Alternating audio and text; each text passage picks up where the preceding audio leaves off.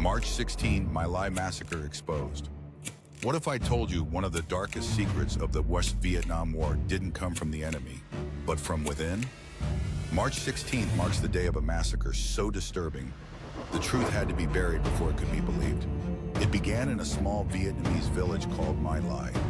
At dawn in 1968, American soldiers from Charlie Company entered the village on what was supposed to be a routine mission. Intelligence had warned them that enemy fighters were hiding there, but what they found were civilians, unarmed, elderly, women, children. And then, something broke. What followed was not combat, it was slaughter. Soldiers rounded up villagers. Some were shot at point-blank range. Others were thrown into ditches, where automatic gunfire ended entire families in seconds. Houses were burned, livestock killed, people begging for mercy, ignored. By the time it was over, hundreds of civilians were dead. Among the soldiers was a helicopter pilot named Hugh Thompson Jr.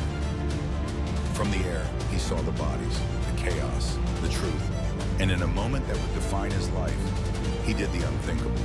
He landed his helicopter between American troops and fleeing civilians and ordered his gunner to open fire on his fellow soldiers if they continued the killing. He wasn't stopping the enemy, he was stopping his own side. But here's what makes this story even more chilling. The massacre didn't become public knowledge immediately. It was covered up. Reports were altered. Casualties were falsely described as enemy fighters. The incident was buried within military paperwork, hidden from the world, until over a year later, when the truth finally surfaced. Investigative journalists, including Seymour Hersh, exposed what had really happened at My Lai. And when the images reached the public, America was horrified. This wasn't just a battlefield tragedy. It was a moral collapse. The revelations intensified anti-war protests, shattered public trust, and forced a nation to confront an uncomfortable truth.